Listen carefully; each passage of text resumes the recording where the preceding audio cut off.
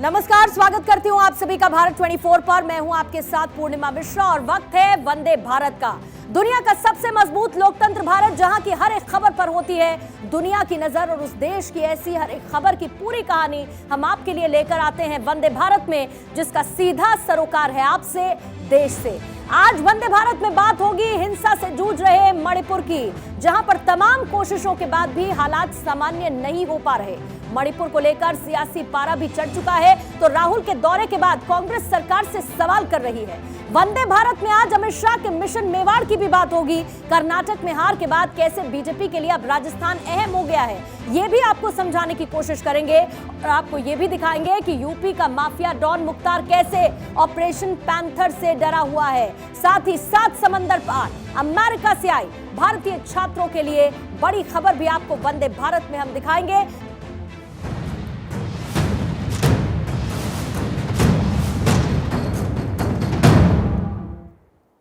और आइए अब खबरों की शुरुआत करते हैं और बात करेंगे मणिपुर की, जो बीते 3 मई से लगातार हिंसा की चपेट में है। 58 डेज हो चुके हैं, लेकिन सरकार इसका समाधान निकाल नहीं पाई। आपको याद होगा, खुद गृह मंत्री अमित शाह ने यहां पर कैंप किया, फिर उसके बाद सर्वदलीय बैठक भी बुलाई, सुरक्षा बलों की तैनाती भी हुई, लेकिन मणिपुर में शांति कायम नहीं हो पा रही है। पिछले कुछ दिन से तनावपूर्ण शांति जरूर थी, लेकिन 48 घंटे में फिर से हालात अशांत हो गए हैं। मणिपुर के ताजा हालात और चुनौतियों की पूरी कहानी आपको समझाएंगे, लेकिन उससे पहले आपको ये बता देते हैं कि आखिर पिछले 48 घंटों में मणिपुर में कैसे तेजी के साथ हालात बदल रहे हैं, हुआ क्या है, उसकी पूरी टाइमलाइन आइए आप समझें।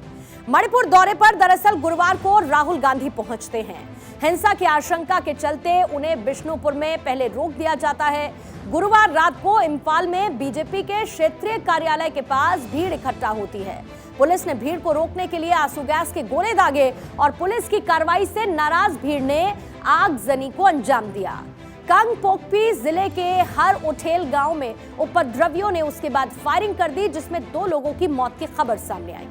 राहुल ने शुक्रवार को मोइरांग में राहत शिविरों का दौरा भी किया, प्रभावित परिवारों से मुलाकात भी की। राज्यपाल अनुसुईया उइके से भी राहुल गांधी ने मुलाकात की। सीएम बीरेन सिंह से इस्तीफे की अटकलों को विराम दे दिया गया है, और ट्वीट कर इस्तीफा देने से बीरेन सिंह ने इनकार कर दिया, तमाम खबरों को खारिज कर दिया, क्योंकि मणिपुर में मेइती कुकी समुदायों के बीच जो टकराव बीते एक लंबे वक्त से चलता आ रहा है, लगभग 2 महीने से ये हिंसा भड़की हुई अलग अलग क्षेत्रों में मणिपुर में देखने को मिल रही है, और 3 महीने से शुरू हुई हिंसा अभी तक थमती नजर नहीं आ रही है, और हिंसा में अब तक 100 से ज्यादा लोगों की मौत हो चुकी है। 5 जुलाई तक मणिपुर में इंटरनेट पर फिलहाल रोक लगी हुई है। लगातार ये कोशिशें हो रही हैं कि कैसे मणिपुर में बनी हुई इस हिंसा को खत्म किया जाए, जिसके लिए केंद्र की तरफ से भी लगातार कोशिश हो रही है। पिछले 2 दिनों में मणिपुर में तेजी के साथ हालात बदले। थोड़ी सी शांति के बाद राज्य में फिर से हिंसा की तस्वीरें भी सामने आने लगी हैं। तो दूसरी तरफ राहुल गांधी के मणिपुर दौरे ने सियासी तापमान को बढ़ा दिया है। राहुल को गुरुवार को रोक दिया गया था, तो शुक्रवार को उन्होंने विस्थापितों से मुलाकात की। राहुल राज्यपाल से भी मिले। दूसरी तरफ विपक्षी दलों की यह भी मांग है कि हालात को ना संभाल पाने की वजह से सीएम बीरेन सिंह को इस्तीफा दे देना चाहिए, लेकिन बीजेपी मामले पर संवेदनशीलता की अपील कर रही है, ये कहते हुए कि इसमें राजनीति ना परोसी जाए, राजनीति ना की जाए, ये नसीहत बीजेपी दे रही है। हालांकि बीरेन सिंह ने अपने इस्तीफे की तमाम अटकलों को खारिज कर दिया है। ये रिपोर्ट है। मणिपुर में शांति की अधूरी आस, फिर हुई हिंसा, विफल हुए प्रयास। विस्थापितों से राहुल की मुलाकात, सीएम बीरेन ने खारिज की इस्तीफे की बात। मणिपुर में 58 दिन से ज्यादा गुजर चुके हैं, लेकिन हालात हैं कि सामान्य होने का नाम ही नहीं ले रहे। पिछले कुछ दिनों से सेना के प्रयासों ने तनावपूर्ण शांति की स्थिति तो बना दी थी, लेकिन गुरुवार के बाद से फिर से मणिपुर में हिंसा की घटनाएं सामने आने लगी। मणिपुर में बढ़ी चिंता, कहीं गोलीबारी, कहीं आगजनी, कहीं सुरक्षा बलों से उग्रवादियों की मुठभेड़। 24 घंटे में मणिपुर में फिर हिंसा, कांगपोकपी में 2 दंगाइयों की मौत। गुरुवार को ही कांग्रेस नेता राहुल गांधी ने मणिपुर का दौरा किया था। उसके बाद से राज्य के अलग अलग हिस्सों में हिंसा की घटनाएं सामने आने लगी। कांगपो कपी में सुरक्षा कर्मियों के साथ गोलाबारी में घायल हुए संदिग्ध दंगाइयों की आज मौत हो गई है। गोलीबारी में कम से कम 5 लोग घायल भी हुए हैं। सेना ने कहा है कि हथियारबंद दंगाइयों ने हर ओथेल गांव में बिना उकसावे की गोलीबारी की थी। तो वहीं मणिपुर में हालात काबू में न आने पर विपक्ष लगातार हमलावर है। सीएम एन बीरेन सिंह से इस्तीफे की मांग कर रहे हैं। ताजा स्थिति को देखते हुए सीएम एन बीरेन सिंह ने राज्यपाल से मुलाकात की और राज्य के हालातों को लेकर चर्चा भी की। तो दूसरी तरफ राहुल गांधी आज दूसरे दिन मणिपुर में विस्थापितों से मुलाकात करते नजर आए। हिंसा प्रभावित लोगों से उन्होंने बात की और इस दौरान इमोशनल तस्वीरें भी सामने आई।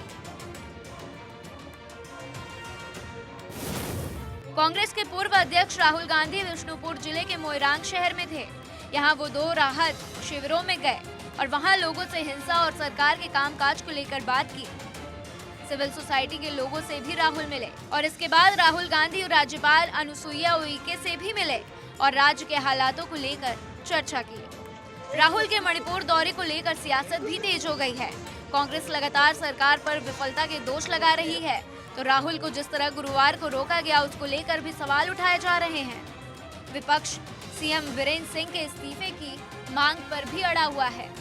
व्यक्ति, एक नेता कांग्रेस का अगर जाकर वहाँ के लोगों के हालात पूछने के लिए कोशिश करता है, समझने के लिए कोशिश करता है, उनके क्या कठिनाइयाँ हैं समझने की कोशिश करते हैं, और वो हमारे कांग्रेस पार्टी के वरिष्ठ नेता है और उसको आप कहते हैं ड्रामा।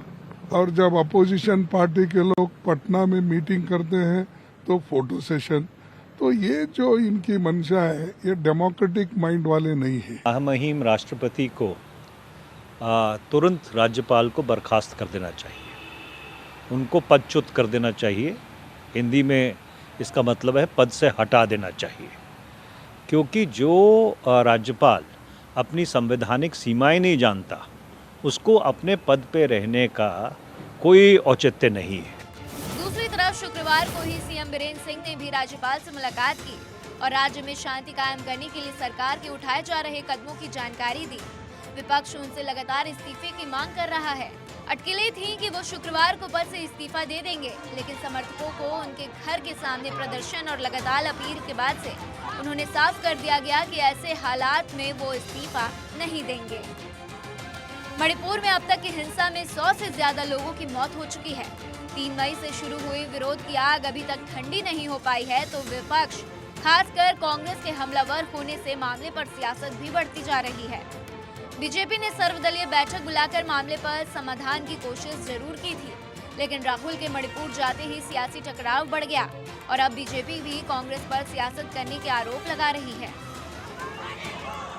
तमाम कोशिशों के बाद भी मणिपुर में हिंसा की कहानी बदल नहीं रही। मामले पर राजनीति सवाब पर है और तेजी से घटनाक्रम बदल तो रहे, लेकिन जमीन पर हालात नहीं बदल रहे।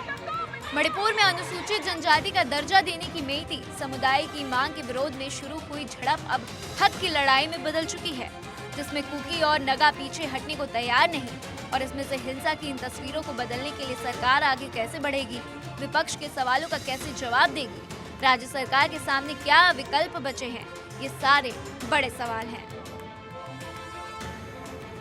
Bureau report, Bharat 24। तो एक तरफ मणिपुर जो हिंसाग्रस्त है वहां पर राजनीति हो रही है, तो दूसरी तरफ राजनीति की तैयारी भी हो रही है। 2023 के आखिर में राजस्थान में विधानसभा चुनाव होने हैं, लेकिन बीजेपी ने कर्नाटक में मिली हार के बाद से अपना सारा फोकस राजस्थान पर शिफ्ट कर दिया है। खुद प्रधानमंत्री मोदी 9 महीने में 7 बार राजस्थान का दौरा कर चुके हैं, तो सियासी असर वाले मेवाड़ से शुक्रवार को अमित शाह ने चुनावी शंखनाद कर दिया। आखिर मेवाड़ पर बीजेपी का पूरा ध्यान क्यों है, इसके सियासी समीकरण क्या हैं, आपको समझाते हैं।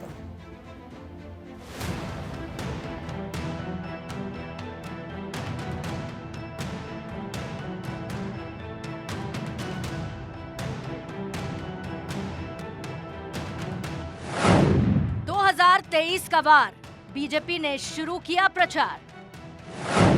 चुनावी डगर मेवाड़ पर नजर, शाह ने संभाली कमान, गिना दिए बीजेपी के सारे काम।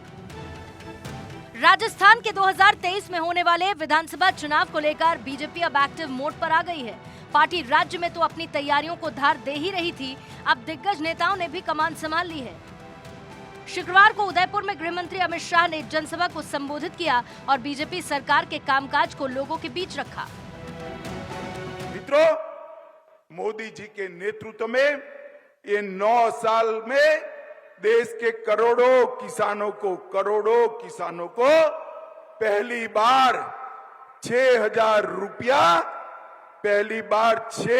रुपया प्रति साल मिला है और अपने राजस्थान में 80 लाख किसानों को अब तक 16,000 करोड़ रुपया सीधा बैंक अकाउंट में ट्रांसफर करने का काम हमारे नरेंद्र मोदी जी ने किया है। दरअसल 30 मई को केंद्र की मोदी सरकार ने अपने 2 कार्यकाल के 9 साल पूरे कर लिए हैं और बीजेपी पूरे देश में इसे लेकर कार्यक्रम कर रही और सरकार की उपलब्धियों को जनता के सामने रख रही है। गृह मंत्री की उदयपुर की जनसभा भी इसी कार्यक्रम का हिस्सा तो थी, लेकिन जिस तरीके से राज्य में साल के आखिर में चुनाव होने हैं, उसके बाद इसे चुनावी शंखनाद के तौर पर भी देखा जा रहा है, क्योंकि यहाँ पर अमित शाह ने सरकार की योजनाओं का तो बखान किया ही, कांग्रेस पर हमला भी बोला। राजस्थान में 43 लाख परिवारों को अपने घर में शुद्ध पानी पीने का पहुंचाने का काम किया है। मित्रों, राजस्थान में 86 लाख शौचालय बनाए, 1 करोड़ कार्ड को 4.2 करोड़ लोगों को 3 साल से मुफ्त में प्रति व्यक्ति प्रति माह अनाज देने का काम ये भारतीय जनता पार्टी की सरकार कर रही है। 5.75 लाख उज्ज्वला के कनेक्शन दिए गए, 84,000 कनेक्शन मेरे ट्राइबल भाइयों को, आदिवासी भाइयों को देने का काम ये भारतीय जनता पार्टी की सरकार ने किया। कार्यकर्ताओं में ऊर्जा भरते हुए अमित शाह ने कहा कि मेवाड़ की भूमि त्याग, बलिदान और भक्ति की भूमि है। ये भूमि भारतीय जनता पार्टी का गढ़ है और इसी भूमि से ही भाजपा की विजय पताका निकलती है। 2023 में बीजेपी राजस्थान में जीत के सारे रिकॉर्ड तोड़कर प्रचंड बहुमत के साथ सरकार बनाने जा रही है। यहाँ बहुत बड़ा जनजाति समुदाय है, आदिवासी समुदाय है।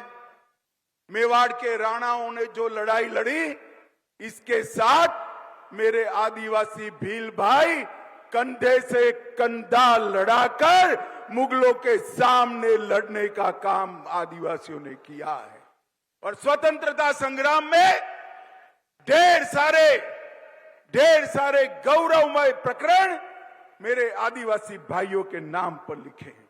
मोदी जी ने भगवान बिरसा मुंडा को, उनकी जयंती को जनजाति गौरव दिन के रूप में स्थापित कर देश भर के आदिवासियों का सम्मान करने का काम किया है। मेवाड़ में अमित शाह के दौरे को काफी अहम माना जा रहा है।